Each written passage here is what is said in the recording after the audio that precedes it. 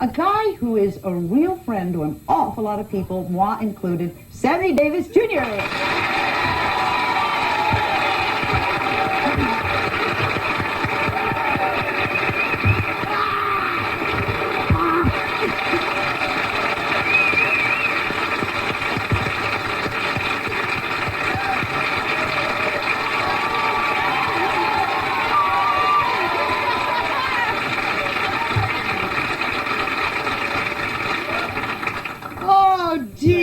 Thank you very, very much. That's very nice. Very warm. Thank you. Makes you feel good. Doesn't it? Okay. I don't know what this is going to mean to a lot of people, but it may mean something to Sammy. Dad? How do you touch him? I don't know.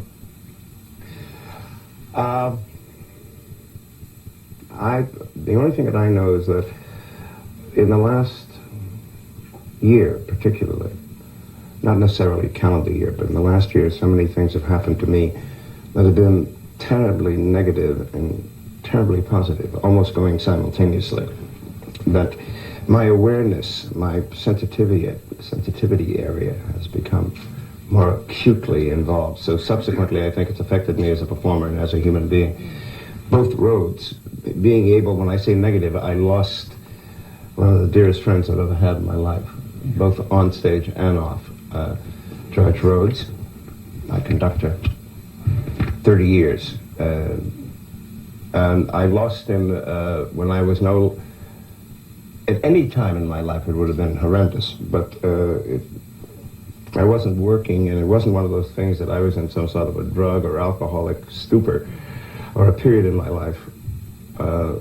I was clear of mind. I was recuperating from my hip operation, which was traumatic enough for me, you know. And he died on Christmas Day. I had a lot of time to reflect about his loss, the loss of this friendship and what it meant to me. And I said, if I go back into show business, I'm going to care more about what I do.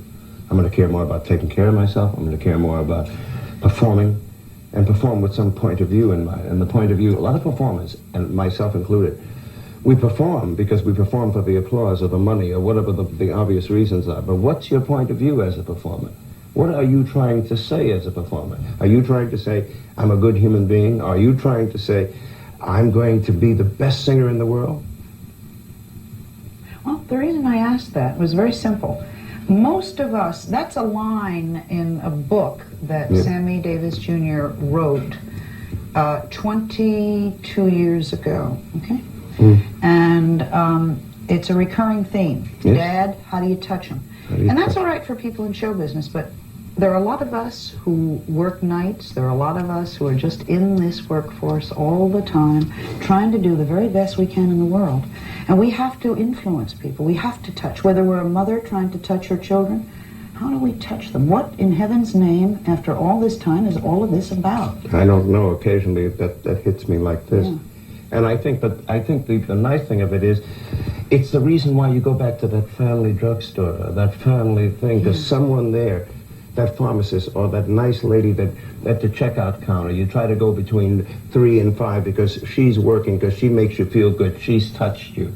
Right. And subsequently, her job, because of that position, makes your day a little better. That's all we can do as performers, I think. And as people, maybe, if you make everybody else's life that meets you every day a little bit better. There's a new book out called Holy Mackerel, about Amos and Andy. And in 1964, we're going back again 22 years, Sammy Davis said, and this book is obviously about black people in show business, he said, things are getting better. I had hate mail in the past. 3 years ago, it was like 70%. Now it's about 1%. Mm-hmm. We have noticed that whenever the press asks Bill Cosby about the black situation in show business, Sammy, he doesn't quite want to talk about it. And we can understand that. You know, he may feel who set him up to be a representative of all the black people. Yes. Can you explain that to us? Which part do you want me to explain? Bill or Bill's point of view? Both Bill's point of view, and has there... Well, Bill has never been. He doesn't like being a spokesman. He likes his deeds to speak for themselves. Fair enough. just as an individual. In other words, prior to him going on the air, there wasn't a lot of preambling about the Cosby Show. He didn't go around saying, here's what I'm going to do. Boy, well, this will knock everybody for a loop. It's going to be a whole new thing. They're going to see black folks in a particular... He just did it. Yes. Instead of giving lip service to it, he accomplished it. Now, if that's his way to get it done, the most important thing is get it done. Some other cats have to beat the drum and have the parade, man. Well, that's good. If they can get it accomplished with the band, then get it done that way. But to do nothing, well, that's the sad part. So as far as I am concerned, Bill is a tremendous individual who has not changed one iota. His point of view about people have not changed one iota, because he was doing it when he did I Spy. Yep. He was breaking ground with I Spy. He broke ground with his second series, with the one where he played the high school teacher. He's always broken new ground. But this time it seems so phenomenal because he brought a whole kind of show business, sitcom, family life orientated thing back into... They said 2 years ago it was over for that kind of situation. You couldn't get... It's my family, though. It's all our family. Of course, it's everybody. Yeah. But that's because because what's funny is funny. At any cost. Well, you understand what I'm saying? That little girl, if she could be Chinese, black, blue, polka dot, whatever. You understand? She is as cute to eat with a spoon. You know, and it doesn't matter. The nice thing of it is that the hidden pride that we as black folk get from saying, and he's one of us, too. But that's the second thought. That should be the second thought. The first thought should be, is it good? Yes. Because being black ain't no excuse for being bad. You understand where I'm coming from? Or a woman, or anything, or old, or except anything. When you're short. You can be short.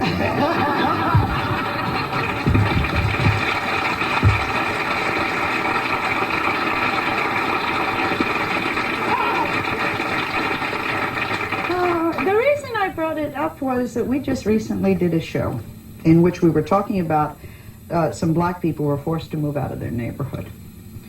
And it was an ordinary show, one of the 5 that we knock out every week. I was so upset by it, by the fact that this was 1986. I was so upset that I wanted to say to you the first time when I would meet you again, how far have we come? That we're discussing this, how far have we come? That I felt the need to talk about it today. Well, it's frustrating, because I'll tell you the reason why it's frustrating. When we see ourselves going back, I'm talking about as human beings, we've all accomplished a great deal in terms of our society. I was fortunate enough to have walked with Martin Luther King, to have walked with Malcolm. You know, I was fortunate enough to have walked with some of the giants in the civil rights movement, as were a few other guys like Sidney Poitier and Harry Belafonte. And we were a part of that whole... Now, we got rid of Everest, but there are still many, many rocks and pebbles on that beach of equality. And when it becomes a stone this big and you stumble over it, and it gets there and it's obvious you can't brush it under the rug anymore, then it becomes more frustrating, because if we could get rid of Everest, how come we can't get rid of this stupidity? Yes. Because it's minute by comparison. You know what I mean? No, we don't fight the inadequacies, many of the major ones but the other stuff is still out there. The ignorance is still out there. The prejudice is still out there. And it's no longer, you don't take a sword anymore. Now you've got to get inside the establishment and work from within to change it. And it still takes people of color, takes people, goodwill of all shades, to get those changes made. Why is it still there? Because it's part of our human nature. Racism runs rampant in our society if we allow it to. If we ignore it completely, and I'll tell you the reason why. When I say ignore it, Sally, let me tell you what I mean. It's very comfortable to say, well, I can check into the Chase or I can check into the Adams Mark, and I no longer have that problem. I don't have that big thing to fight anymore, so I'm living there.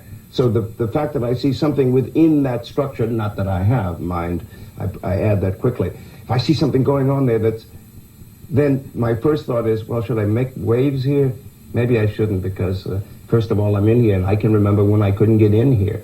Yeah. Now, apply that, if you will, within the confines or the structure of our society. And that's what we finally find ourselves doing, except every once in a while you get so mad about something. It's like I was. like you were, that it physically upsets you. You feel like you're about to go. No, you feel society is just not getting where we thought it was. Are we in retro? I get very worried that it's 2 steps forward. What are they doing 1 step back for? You know? I feel that way about many subject matters. That not only has to do with race. I think that what they do to the aged in this country is, and our society's approach to the aged. I mean, you really, and I never thought this way, mind you, when I was 35. Yes. Now, I'm pretty secure, you know, in terms of financial and this, that, and the other. I have a good family. And what about the guy who is now 60 years old? I look at television because I'm a TV nut, and I love it. It's a part of my life. I came up with it. But as far as television is concerned, old people don't exist. Not in advertising, unless it's that you want your insides to work properly, you know, on a daily functioning basis, you know. I have things that I think it's really important that we ask you and I, Sammy Davis, about. Why don't we take a little breather, let them make some money with those things for your insides, and then we'll return.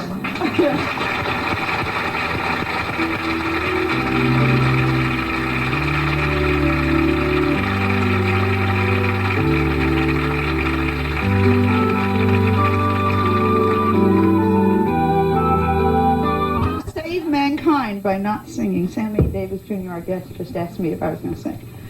I want to know about your children. Didn't think I'd ask about that. My kids, thank God, no problems. No problems. And I think that's every parent's. My oldest boy, Mark, is now 26, going on 27. He just made me a grandfather a year ago.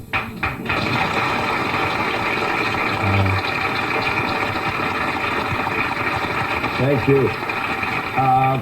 My daughter Tracy recently got married, and I was thinking about retiring until I got the bill for the reception. I am forced to sing Candyman until I'm 90 years old.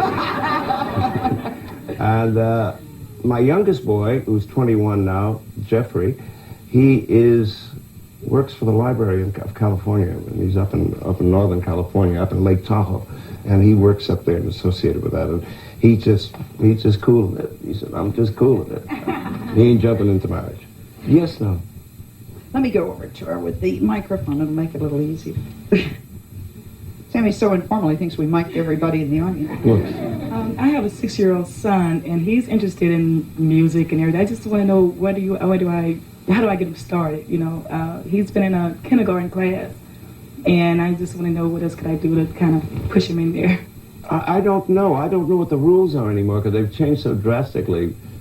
50 since I was 6. Because by the time I was 6, when I was 6 years old, I already had a regular job, man. You know, I'm talking about making money. You know, but I would say school activities is a wonderful thing, and whatever happens within the neighborhood, little players and all of that. But to make sure he really wants to do it, because the commitment is one that is very hard. You know. Yes. Yeah. Did you really like working with Burt Reynolds in the movies you made with him? Oh yeah, I loved it because it harked back to the movies that we had made with Sinatra and Dean Martin in the 60s. It was that kind of fun, and it was that kind of camaraderie. We all went together and hung out together, and there was no story. We didn't have to worry about learning a heavy scene for the next day, so we just partied all the time, and that came off on the screen, I think. Yes. Wait. You're doing sorry. it again. I'm sorry. The lady put her hand up. I'm sorry. That's all right. I just got to get down there. I was wondering what your hometown is. Where did you grow up?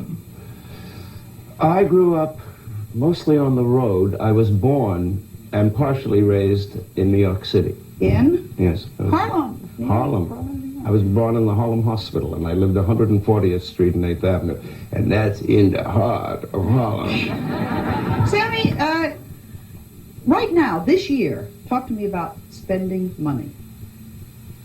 I don't anymore. What happened? You the party boy with the giving No, the it's. gifts? I think it comes with getting older, and I think it also comes with obligations and commitments. And suddenly you have the feeling. One day I remember waking up 5 or 6 years ago in a cold sweat in the middle of a sort of semi-awakened nightmare type of thing, and thinking I'm going to wind up like the character I sing about in Bojangles. You know, that poor guy that's bumming drinks, and I had enough images of performers that I seen that wound up like that. I still like to buy things, you know.